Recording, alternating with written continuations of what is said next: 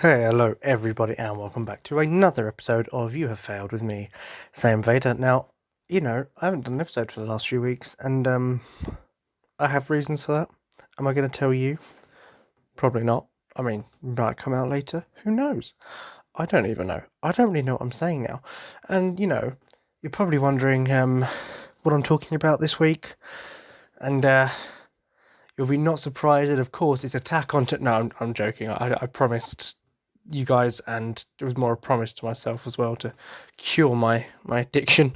That we're not going to have an Attack on Titan based episode for a while at least. And by a while, I mean a couple of weeks. When I love. I mean, I would say when I love it again, but I still love it now, and I've still got theories in my head, and ideas, and digging deeper into everything that's going on. But I'm going to save that from you for now and talk about something else instead.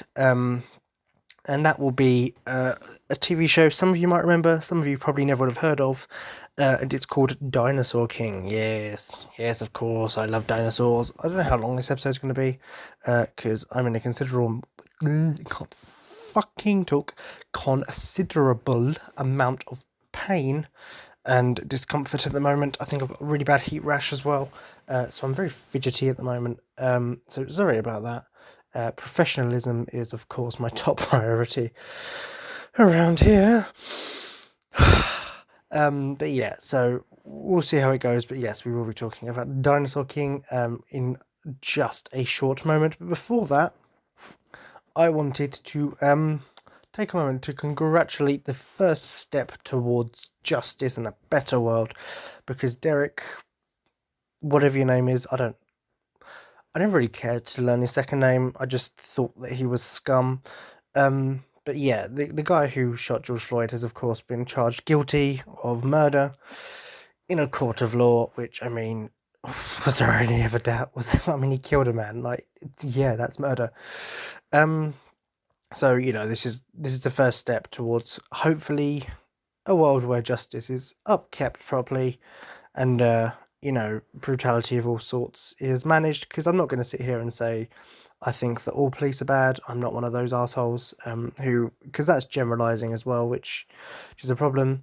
But I'm not going to deny there is also some form of corruption going on in the world sometimes. So this is a step towards weeding out the corrupt and praising the just, if you will. But that's enough of a rant about that. As just to follow on that, obviously we at Sigilwatts do still stand with the Black Lives Matter campaign, and you can get involved with that by going to www.blacklivesmatter.com or using hashtags such as hashtag BLM, hashtag Black Lives Matter to keep the conversation going online. Yeah, without further ado, Dinosaur King. It's another one of those Pokemon spin-offs, I'm not gonna lie. But more, more, yeah, not quite the Yu-Gi-Oh level of Pokemon spin-off, because whilst it is similar, obviously it had its own unique thing of it being a card game. To be fair, now I think about it, Dinosaur King is basically Yu-Gi-Oh meets Pokemon, because you got to go around collecting the dinosaurs, but they turn into cards, and you use cards to activate their moves and stuff. So it's a very weird, unique mix between both. And then you add in dinosaurs. Well, of course, I'm then going to like it as a child and be obsessed with it, because it was dinosaurs, card games, and basically Pokemon rip-off. I'm pretty sure the main character as well was voiced by the same woman, Veronica Taylor, who voiced Ash. So, and Dr. Z was Seto Kaiba. So, this was a recipe for my childhood to come true. Obviously, I didn't recognise Seto Kaiba as Dr. Z for a while, because obviously he puts on a voice for Dr. Z. He was like, we need to get all the dinosaur cards, which is very different to Kaiba's very cool, calm, and blue eyes, white dragon, attack. But anyway, my shit voice acting aside, no, Dinosaur King, it's an enjoyable show. I must say, I prefer the second series over the first. Only because it's weird, because you see less of the Alpha Gang's dinosaurs, right? I prefer the Alpha Gang's dinosaurs. Terry, Spiny, and Tank. So much cooler than Chompeys and Paris. Like, sorry, it's just a fact. Maybe it's because I like T-Rex and Spinosaurus. That's probably it. But Sarchania is now one of my favourite dinosaurs because of Tank. So, anyway, sidetracking. Yeah, you don't see as much as the Alpha Gang, but I do like the Spectral Space Pirates. They're really cool. Sheer, Gabbro, and Foolscap. Foolscap's my favourite. I don't know why. I've just always really liked Foolscap. He's got quite a cool voice, like, yo, Tupawara, attack! Go, Joe Barria! He just had this really weird voice, but I dug it, it was cool. To be fair, it's very similar to like my gangster voice. Yeah, oh, where's the money? Oh wow, that was Foolscap. But obviously the second season did get a bit weirder as well, not because of the time travel. You've already got dinosaurs that turn into cars. Time travel makes sense. But just a few of the other antics, like the dinosaurs now had armor. You could, either the spectral armor or the element boosters and dinotectors. But it was, for what it was, I think it was a very well made show. It's a show that probably ended at the right time. 2 seasons, like you would have overdone it in the end if you kept finding a reason they had to come back and use the dinosaurs. Because the second season linked in, so the Cosmos Stones were linked to the elemental plates and everything. So it all linked, and it sort of wrapped up the story really well, I think. With obviously, unfortunately, the dinosaurs and Rex having to leave. Rex being one of the 3 main characters, go back to the future because the time machine broke. See, now I say it out loud, it sounds ridiculous, but then I remember this is the kind of show that it lived off being ridiculous. So yeah, it makes sense. This is what's going on here.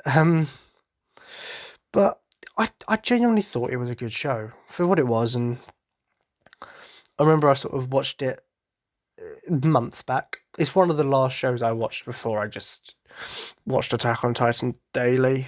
Attack on Titan. Yeah. People say I need to find new shows, and that's not even the problem. I just need to restart watching old shows I like or old films, just to remind myself that there are other forms of media out there.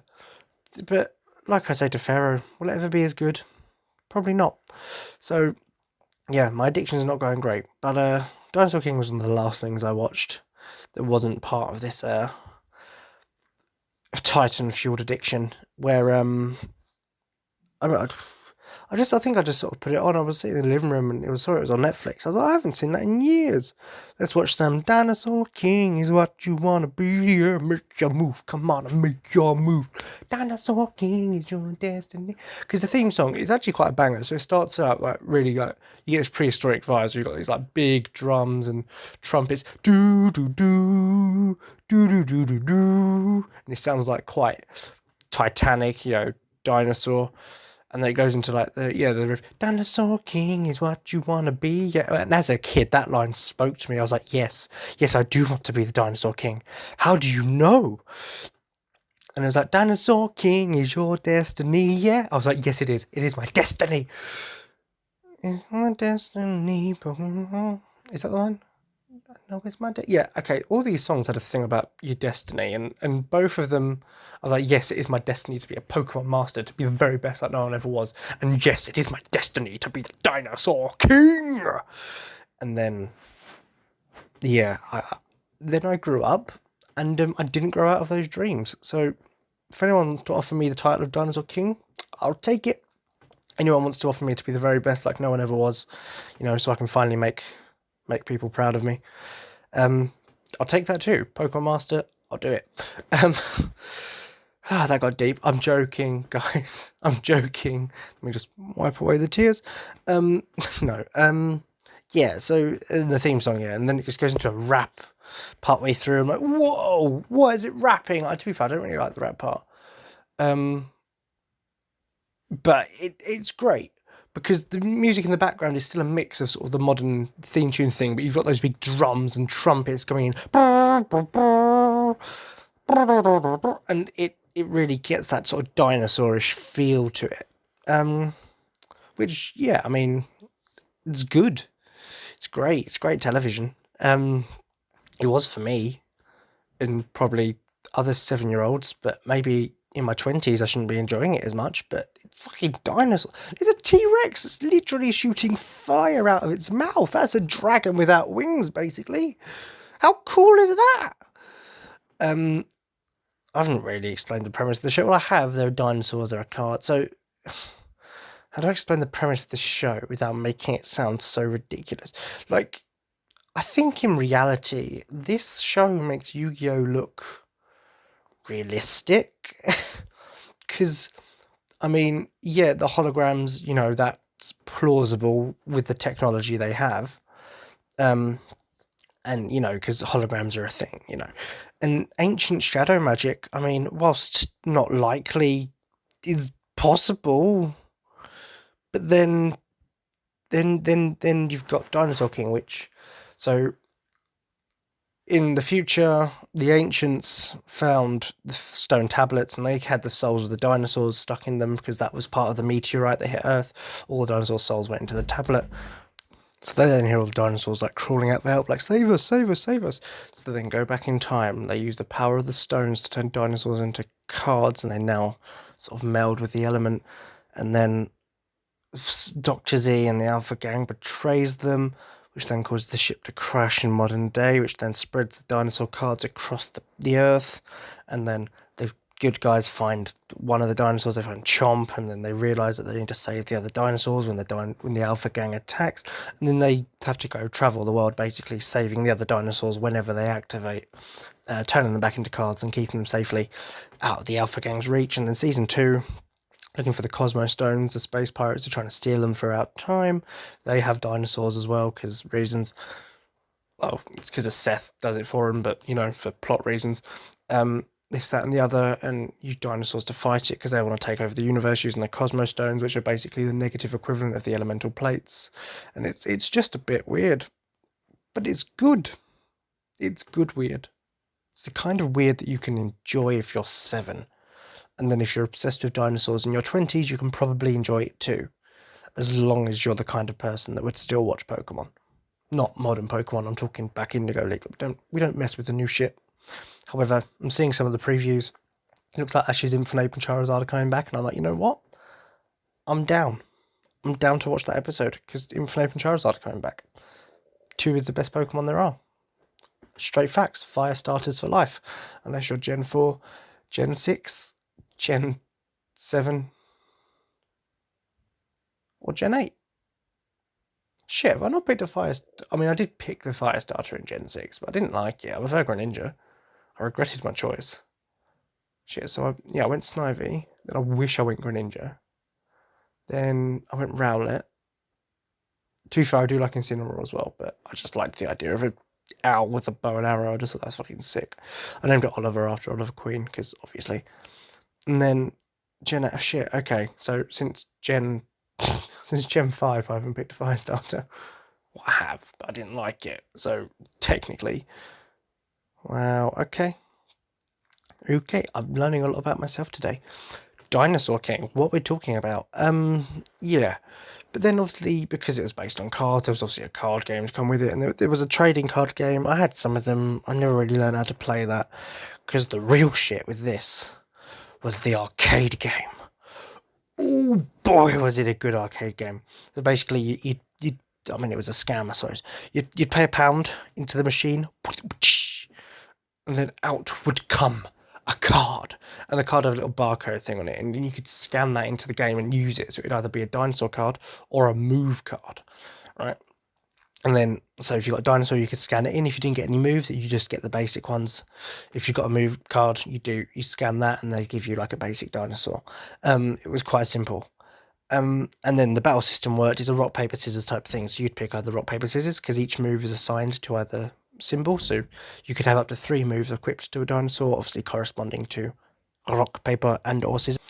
And then the opponent, whether the computer or another person, because you could do 2-player on this, would then pick their rock, paper, scissors, and whoever won. So obviously if you picked rock and they picked scissors, you win.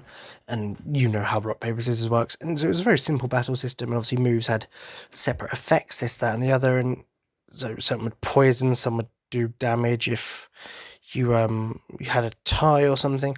Like, there was a range of different things. It wasn't just basic. And then you had super moves, which were element based ones. So only a fire dinosaur could use volcano burst, for example. Only a grass type dinosaur could use, or nature type, I don't know what you want to call it, could use, I don't know, metal wing. There was a whole array of things you could have done. And it was a really fun, cool battle system. And then I don't know when, but years ago, the machines basically got discontinued. I don't really know. They just got stopped, and it was so sad, because I still had so many dinosaur cards. I have loads. I have my collection still, to be fair, which I've been growing recently, and I'll get to that in a second. And it was really upsetting because I really liked the game, and it's a waste of good cards, really, because I had this whole host of dinosaur themed cards with barcodes on them that could be scanned by a machine that no longer existed. Until recently, I say recently, months ago, when I watched the show, and I thought, I still have some of these cards, especially when I looked on eBay just to see if anyone was still selling them, and I found they did the anime versions of the 6 main dinosaurs, so you could have like the anime design cards of Terry, Spiny, Tank, Chomp, Ace, and Paris. The only one I haven't been able to find is Ace. I've got the other 6, and I've then got the 3 main spectral dinosaurs as well: Gygus, Maximus, and Armatus. So I've got that. The only one of the 9 I'm missing is Ace, which is really upsetting, but it is what it is.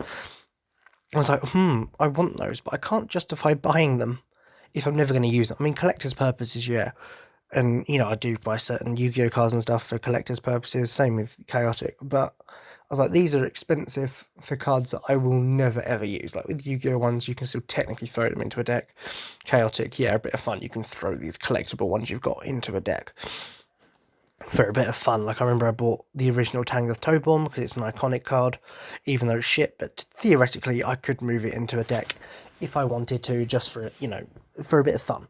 But I mean, why do I replace my Tangoth Tobomb in training when it's a far better card? So I was like, I can't really justify this. So I did the most me thing ever, and to justify buying trading cards, I basically found a way to translate an an arcade battle system into a tabletop card game. And I sat down, I've got the rule set saved on my phone at the moment. I've played one game of it against my brother, and it was the funniest shit I've ever done. It was so much fun. And you keep the rock, paper, scissors, you keep the move cards, you keep the dinosaurs. I added in a few other things, counters and shit. But, yeah, I basically... Obviously, it probably has flaws at the moment, and I don't have a meta set out, because one game of this version of it has been played. It's between me and my brother. But I know my friend still has some of his old dinosaur cards, so when lockdown's properly over and you can go to people's houses, my intention is to go around, see him, and we all have a dinosaur battle, as well as a Yu-Gi-Oh and a Chaotic one, because, the two of us both love our trading cards. But yeah, so I reinvented an entire card game, turning it from an arcade battle system into a tabletop version, where you could track damage and, you could implement moves and certain strategies, ties. I think, thought of everything. I was like, all right, so this is what poison will do. This is what would happen in the case of a tie. This is how much damage will be done here. This is what happens if you get a critical and a super move done in one go, So I managed to work it all out, and when I played against my brother, it seemed pretty damaged. I even incorporated the secret dinosaurs, which are obviously like the elementless ones, so they don't get the special armor boost that you can put on one dinosaur per battle. But all their moves just basically do a bit more than the average move. But I balanced it so that, yeah, they can't do an ultimate, but they can still do these, and that might not make any sense to you, but it does in my head right now. The point being, I think at some point, probably on my YouTube channel, and then I might have it put on, I don't know, the Sigil Arts page as well, just so it can be linked to this podcast episode. I don't know yet. But it'll go up on my YouTube eventually. I just need to find a way to film it, or find the time to film it. I'll try and explain the mechanics of the card game, because it's hard to do it when you can't see really what I'm talking about. But yeah, I do have this rule set, and I mean, I'll probably post the rule set somewhere as well. It's very long, to be fair, because obviously it's rules for a whole game, and I think it's just easier if I talk through it. But yeah, it's I just thought it'd be fun to reinvent a card game. And to be fair, that's what this podcast episode's really, really about. It's sort of a trailer for that, because I sat down and realised that in reality, for about 5 months, I've watched nothing but Attack on Titan, and that's not a complaint. As you know, I've fallen in love with it, and I suppose this episode is essentially about Attack on Titan. Oh, fuck my life. I'm sorry. And you know what? I'm not sorry, because I love it. And I'm going to start watching something else soon, probably. Maybe not something new. You know, getting me to watch something new is fucking difficult. But I will start rewatching some old things and then getting some ideas to talk about. And, you know, the problem with Dinosaur King is because it is such a basic show, there isn't much to break down in terms of plot and character development, because there isn't much. Like, Yu-Gi-Oh! There's character development. Pokemon's been going on for fucking ever. So there's a lot more to break down than in this. And, you know, with Chaotic, I could break down the actual card game, but with this, there's nothing. It's quite a stagnant area, but that I'd like to revitalise, and hopefully maybe this version of the card game I have drawn up, I suppose, could go viral and people could start playing it if they have all the old arcade cards. If they don't, I imagine if it does somehow take off, the prices of them are going to fucking fly up online, because they're going to be in demand. But I don't ever expect a little rule set for a extinct, get it, extinct as dinosaur. I'm sorry, for you know, an out-used arcade card game to come back to a tabletop version. I don't think it's ever going to pick up. I don't think many people are going to start playing this, but I'm going to play it, you know, with my friends and stuff, because it's fun. It's the most I've ever laughed playing. No, it's not. I've laughed a lot playing Yu-Gi-Oh! To be fair, but I was in tears laughing, because it's just so stupid as you're rock, paper, scissoring, and you're trying to bluff each other out, like, oh, you better pick a rock, you're going to lose. And the mind games are unreal, because it is literally RNG. Like, who gets to attack, which is essentially what it was when you played the arcade game. So the mechanics are the same. I haven't just ruined it. That's how the game played. But it's just so much fun. So, yeah, this is basically just a really long-winded way of saying at some point on my YouTube channel, I will, which is just Say Invader, I will be posting a video that will be sort of a, I don't know when, so don't expect it on a date. It will come out when it comes out. I've probably got to playtest a bit more first before I finalise everything anyway. At some point soon, but soon could mean anywhere within the next year, I'm not going to lie to you. At some point soon, grain of salt, remember, some point soon, I'll be posting a video going through the rule set and maybe even showing off some of my dinosaur collection, because I'm quite proud of a lot of the cards I have, all of the cards I have, but some of them I'm like, yeah, you're cool. So yeah, I mean, thank you for listening. I mean, I suppose I'll do the sponsor now, which of course, as always, is Schmerp, who does brilliant stuff for King's Eyes Life. He is the commission section of it and did brilliant rework on the sigil branding, and does other great web design and graphic work for any of your graphic design needs. So please do hit him up and check him out on the website, kingseyes.life. For any needs you might have and any inquiries, he's really great to work with and he's a really, really great guy. So please do check him out, and thank you for checking out the episode this week, guys. If you liked it, listen to some other episodes. If you like Attack on Titan, there's fucking loads, right? But yeah, and obviously follow me on Twitter. I am currently at Vader Saiyan. The current name of the account is Greg's BFF. It's an inside joke. Don't worry about it. It was Captain Tuesday before this, and then before it has been Saiyan Vader. I might change it back eventually. I don't know. It's quite fun to change it to stupid names to annoy my friends. But yeah, at Vader Saiyan, or you can follow the show at You Have Failed SV, also on Twitter, and that is the best way to keep up to date with the show. So thank you so much for listening, guys, and well, I'll speak to you next week.